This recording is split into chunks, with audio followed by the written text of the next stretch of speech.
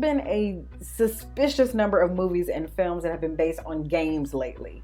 And it seems like filmmakers are really trying hard to subvert the whole innocence as a child into a nightmare of murder and mayhem. There was Trick or Treat, a little gore with Would You Rather. There was a couple of different versions of Truth or Dare. I would actually take the Blumhouse version. And then there was this magical gem.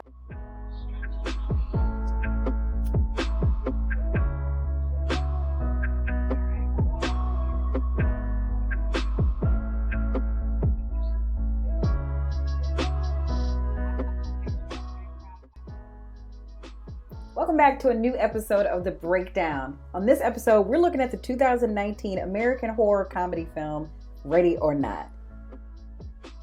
Come along with us as we explore the plot, the characters, the themes, and really kind of get an idea on this new twist of horror comedy for the new age. Ready or Not is a dark horror comedy centered on a couple on their wedding day. It's a beautiful day in the countryside, and Alex and Grace are getting married. Weddings are normally supposed to be a day full of love, fake smiles, toasts, gifts, bad catered food, and other cultural and family traditions. And there are no traditions like those of the Le Domas clan. And our girl Grace has hit the jackpot. She isn't marrying into any old family. She's marrying into the Le Domas gaming family empire. The groom in this story, Alex Le Domas, is the Prince Charming that Grace has literally always dreamed of. But of course, when you marry a man, you marry the whole family. And that's when Alex lets Grace know about the last task that she needs to complete before she can truly be a part of the family. Gotta play a game. The tradition is simple, but the story is complicated. Do you like to play games? I guess it depends on what we're playing. Well, we'll know in a moment. I gather you've noticed our family is big on tradition.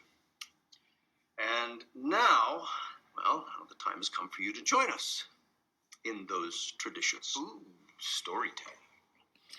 As you may know, my great-grandfather Victor set up a modest printing shop during the Civil War manufacturing playing cards. A generation later, my grandfather expanded into sporting goods and board games. Under my leadership, Le Domas Family Games acquired 4 professional sports teams and reached even greater heights. Some may call it luck, but it's a little more than that. And it's almost as if someone's watching over us. It all began with a very generous benefactor and this box. You see, originally, great-grandfather was a merchant seaman, and it was a hard life, and like so many, he wanted more. On one of his many excursions abroad, great-grandfather came to meet a Mr. LaBelle. He was a passenger aboard the ship, a collector of sorts, purchasing exotic antiques from wealthy Americans. After discovering a mutual passion for games of chance, they passed a great many hours playing cards. Among Mr. LaBelle's possessions was that box.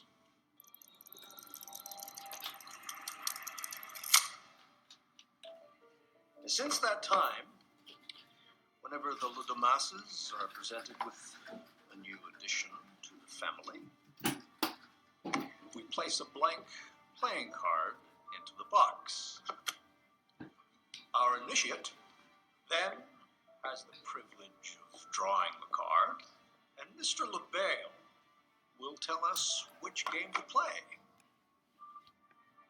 I got chess. I got Old Maid. Seriously, what the fuck is Old Maid? Fitch. So I just take out the card.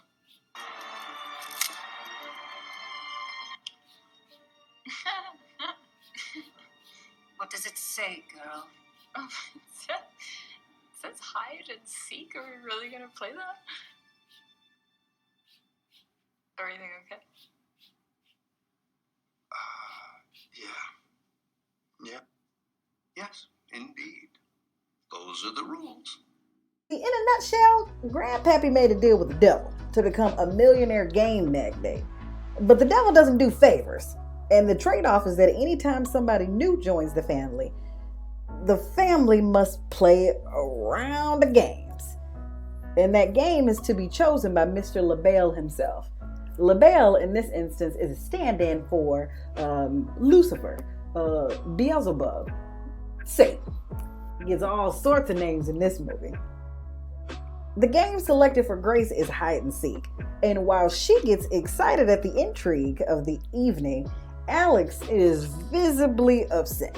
So apparently there's a whole host of games that could have been chosen. It could have been chess, it could have been checkers, it could have been go fish, it could have been tunk, it would have been murder if it had been a game of phase 10 or spades. But this was hide and seek. And apparently hide and seek ain't as simple as a card game around this family. The game begins. The countdown starts and some really creepy music begins to play. Who wants to play a game? It's time for hide and seek. And the family is armed for the hunt. Rules are simple. You can hide anywhere inside the house. We then count to 100 and try to, Well, don't you think you have a little bit of an advantage? Oh, no, we never use the cameras. We always play the games as they would have played in great-grandfather's time. Always. So there's no way for me to win, right? Well, you could stay hidden till dawn. Grace begins to hide in the huge mansion, but soon finds out that the game of hide and seek is literally for keeps. While sneaking back into their room, Alex pulls her to the side, and when a maid is killed by a family member, the shock does not seem to be from a person distraught that they took a life. Instead, it was more about being distraught that they killed the wrong person. The right person that they meant to get was Grace. From there, the wedding day facade is over.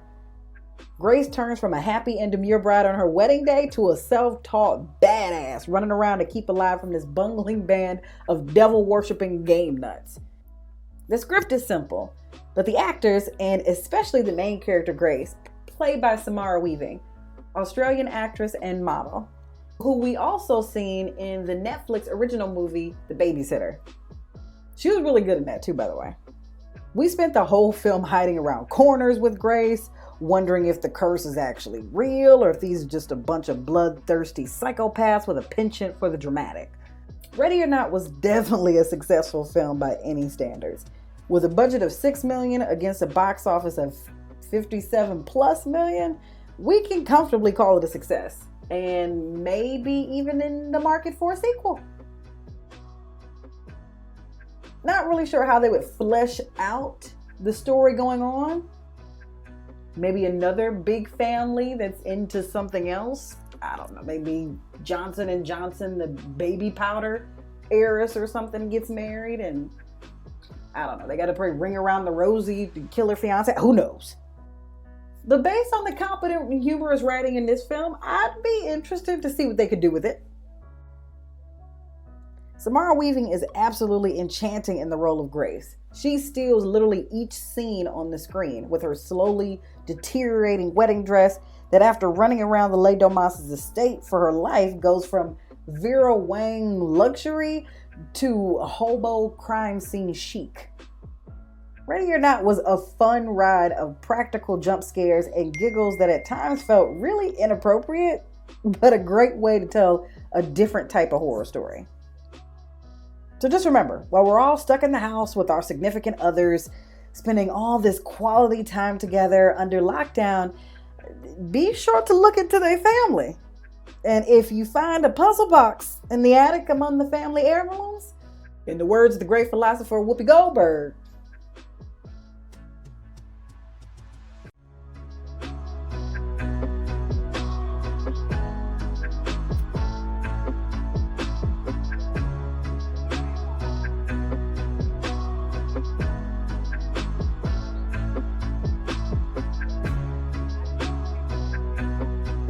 thank you guys for listening to another episode of The Breakdown. Keep checking back each week for more great content that we have on the blog. Let us know what's on your mind and it may turn into a blog. Make sure you stop by our Patreon to become a member, support our content, and get some really great exclusives. We also have our weekly podcast, which we will also be posting episodes of The Breakdown on. If you're looking for a more visual way to watch The Breakdown, make sure you head over to our YouTube page. Make sure you hit that subscribe button and also hit that bell so you can be notified when new videos are available. Make sure you come back and check back on the site for even more content every single day. There's new merch available for purchase. There's new businesses that we're spotlighting, new books that we're reading, and new events that we're connecting with each other on. We'll see you there at MickeyJKing.com.